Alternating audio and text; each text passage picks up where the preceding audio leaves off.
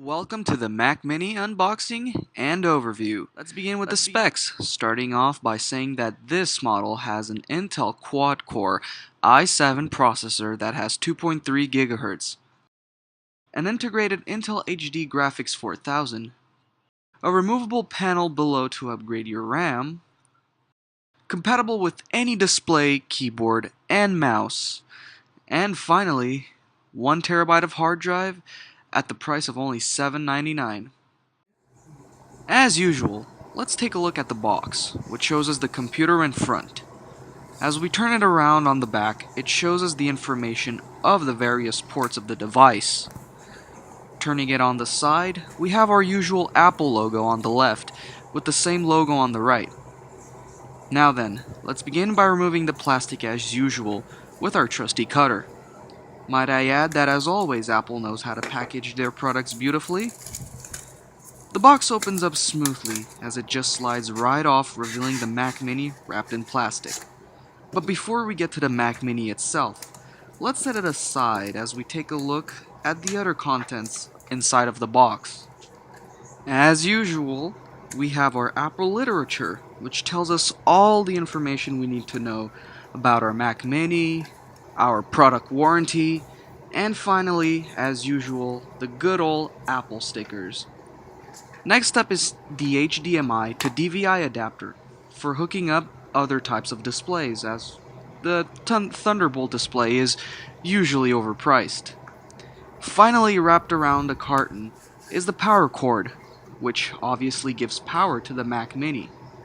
Now on to the main event, our Mac Mini, which needs to get the plastic removed so that we can start setting it up. But before that, let's take a look behind to see the different ports, starting off with the power button, HDMI port, Thunderbolt port, 4 USB 3.0 port, and etc. And right below is the removable panel, which holds the extendable 4 gigs of RAM. As you can see, everything has been set up properly from the screen to the Ethernet cable, keyboard, mouse, speaker, and a USB hub for more USB space. Finally, once you open up the Mac, the screen greets us for the simple setup process. Selecting your language of use, choosing the type of keyboard, setting it up to the internet, and etc. Once everything has been installed, along with the apps you might be using, you can click on the Apple logo to know more about this Mac. It gives you your basic information, such as the overview, the current display you got hooked up, your storage, and the space you can currently use, and the memory, which, once again, can be upgraded. For more information, you can click on the support or service button to ask Apple for more specific information. I don't usually like to do the basic Apple tests, so instead, I run different apps that require power, such as the Adobe Suite, which I use often for work, which runs smoothly as you can see with Photoshop here. I have tested out Premiere Pro, and yes, it runs great, but alas, seems to heat up the Mini quite quickly. Nonetheless, so far I'm impressed with what the Mac Mini can offer. And finally, for the last test, I ran a few casual games since you know I'm not a hardcore gamer. I ran games like League of Legends, which ran smoothly at 60 FPS.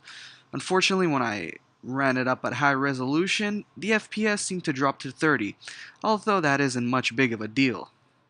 The second game I ran was World of Warcraft, which, once again, can run smoothly with no noticeable lag whatsoever.